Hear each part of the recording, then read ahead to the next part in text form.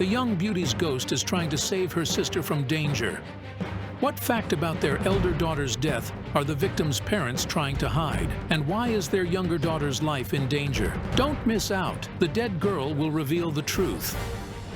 This is Psychic Investigations, a channel of impressive real stories. Here, people who call themselves clairvoyants use their supernatural abilities to solve tangled criminal cases and investigate mysterious paranormal phenomena.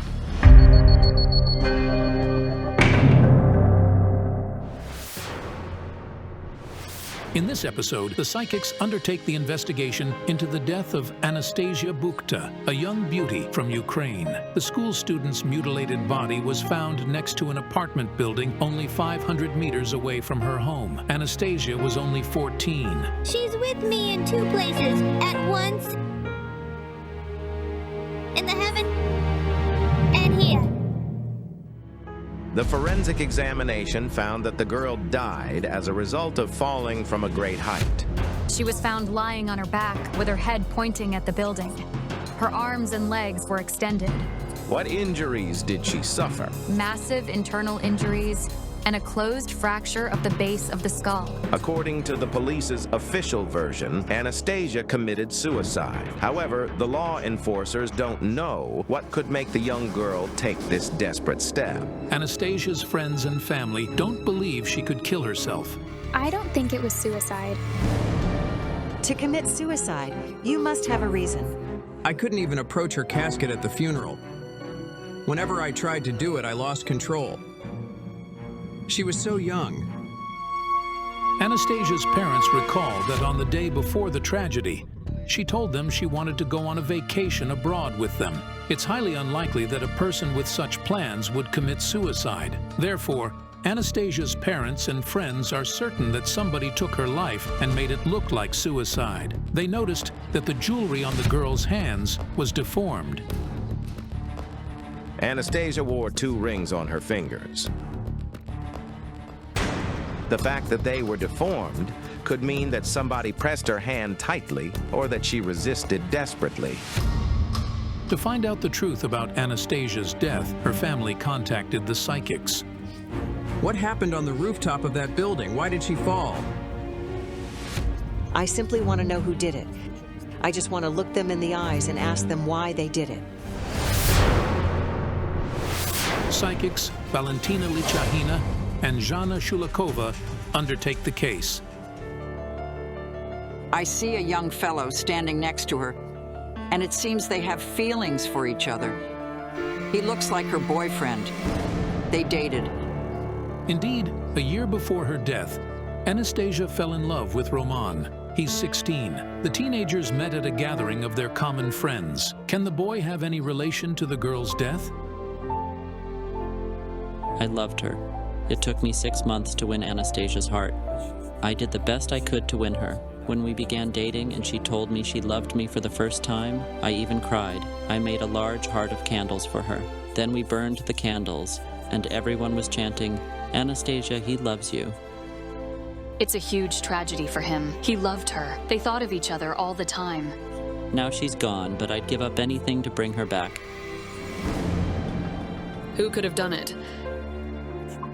Why did the girl die so soon? And why was she in the wedding dress in her casket, not at her wedding? That night, Anastasia told her parents she was going to see her friend. She said they were going to prepare for the chemistry test. Her friend lives nearby. She left home at 7:45, and it happened at 8:20.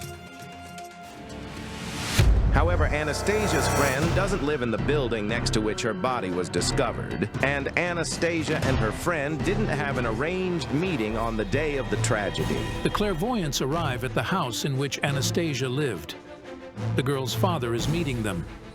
Her mother refused to see the psychics at the last moment, claiming she was so worried that she wouldn't bear it. Hello. Hello. My name's Andre. We'd really love you to help us understand what really happened. Can I? Come in. I immediately saw a woman's phantom. She was dressed in all white. But before I had a chance to tell everyone about what I saw, the woman literally vanished.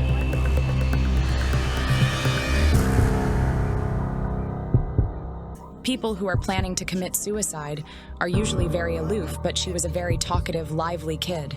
From the point of view of psychology, such behavior is not peculiar if she was really going to do it.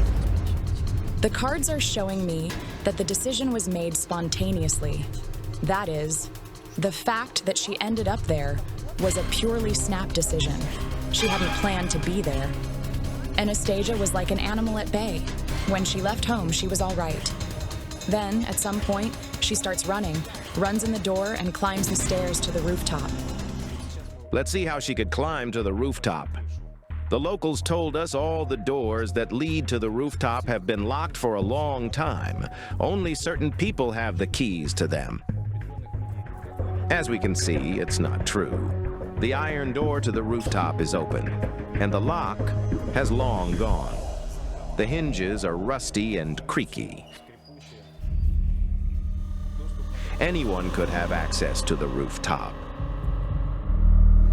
But if the decision to climb to the rooftop was spontaneous, as the psychics say, how did Anastasia know how to get there? Hello, pretty. It's my younger daughter. Her name's Orina. Hello. Hi. How old are you?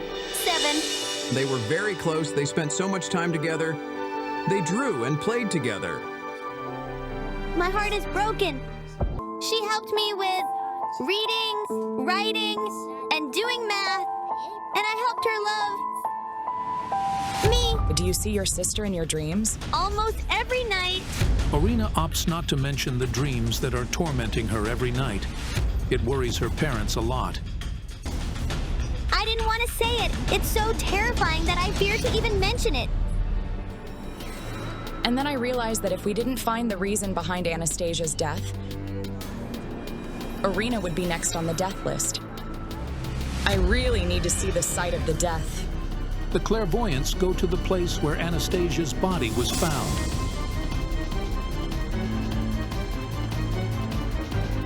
Hello.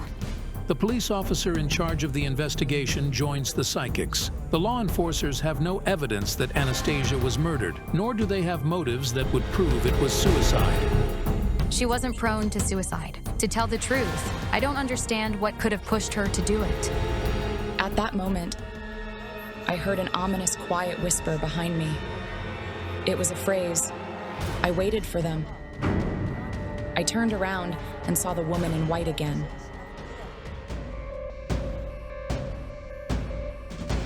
Jana, here. Yes, it's right.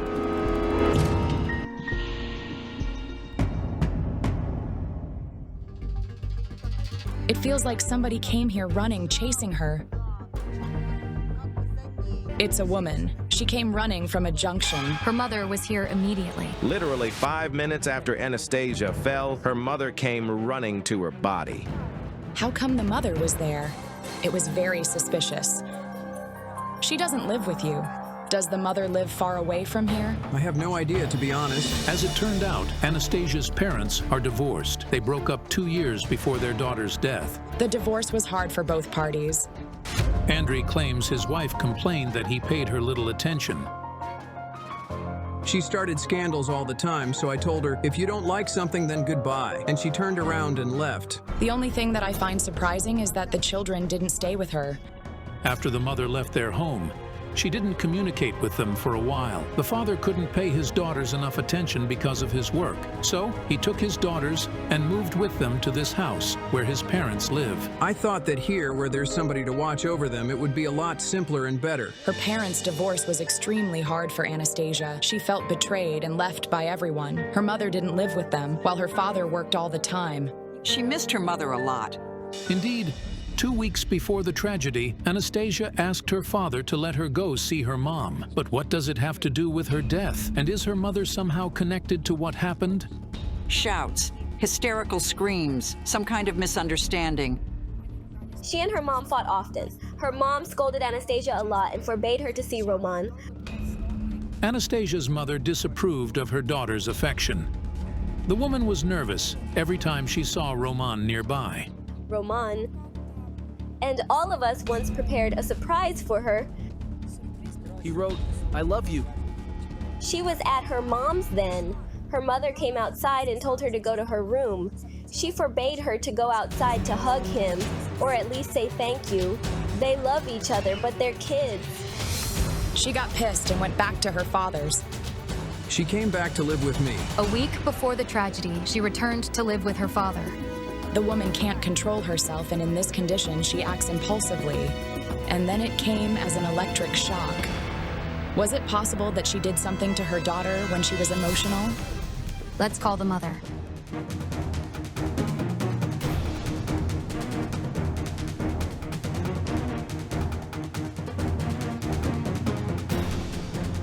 It's strange, but after the police officers called, the woman agreed to see the clairvoyants. But earlier that day, she'd refused.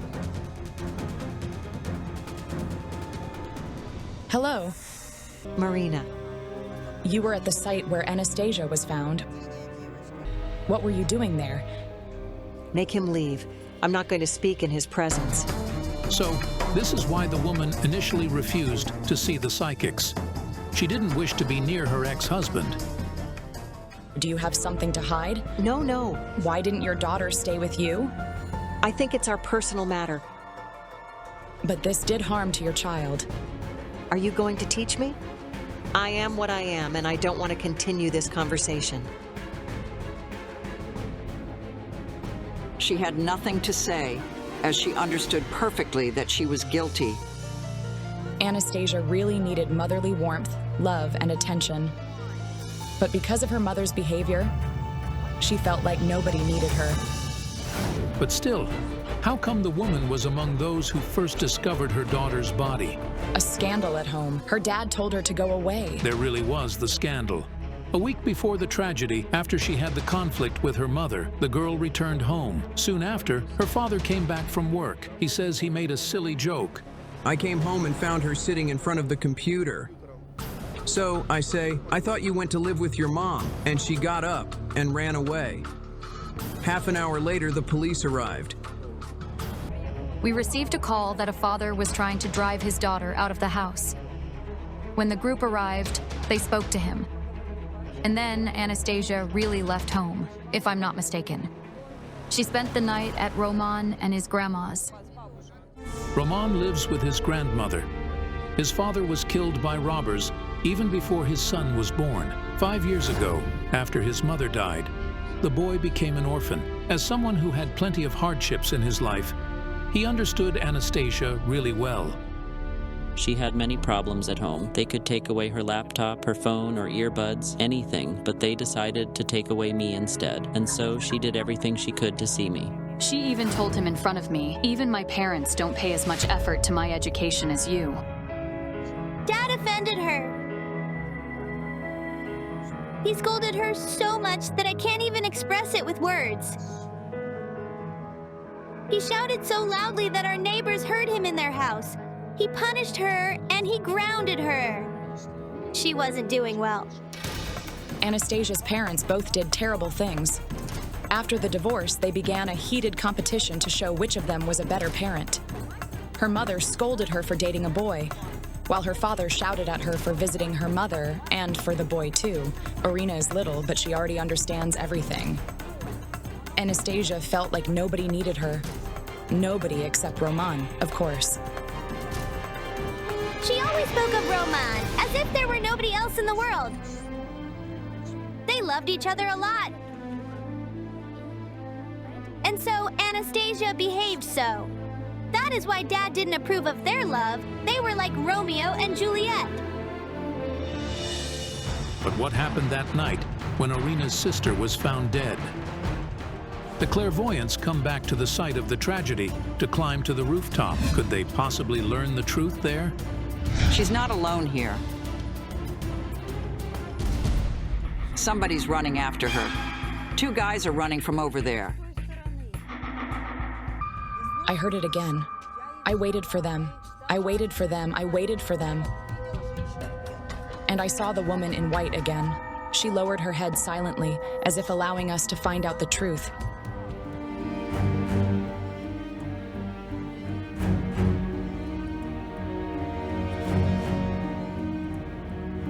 She was standing her back here, She's alone here. She's waiting for someone to come here. She's waiting for this person, for help from them. She's waiting for this person.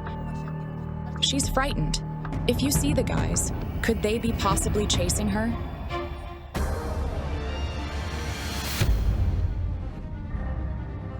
One of them is taller, and he's skinny. The other is a bit sturdier and shorter. Roman. The investigator recognized Anastasia's boyfriend from the description. But who is the second guy the clairvoyance mentioned? She knew him well. He could be her friend. Did Roman and his friend chase Anastasia? But why? Could Roman be involved in the death of the girl he loved madly? He's terribly jealous. 2 hours before Anastasia's death, Roman saw her chat with Stas. She flirted with him.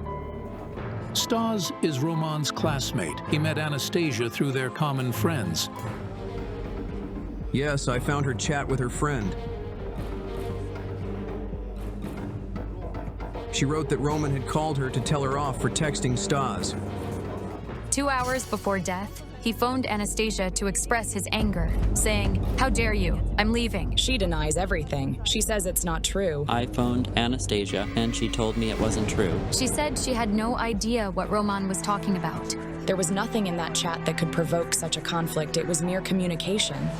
Roman called Stas, and he explained to Roman it was a joke. He had nothing with Anastasia, and it was an ordinary conversation. After that, Roman called Anastasia. But she wouldn't answer his calls. She only texted him. 15 minutes later, she sent him a text in which she said she didn't want to live anymore. She told him she was on this rooftop. Yes, she sent another text. She texted me saying she was going to kill herself and that she was on the rooftop. Roman immediately understood where she was. It turned out that they'd often had dates on this rooftop.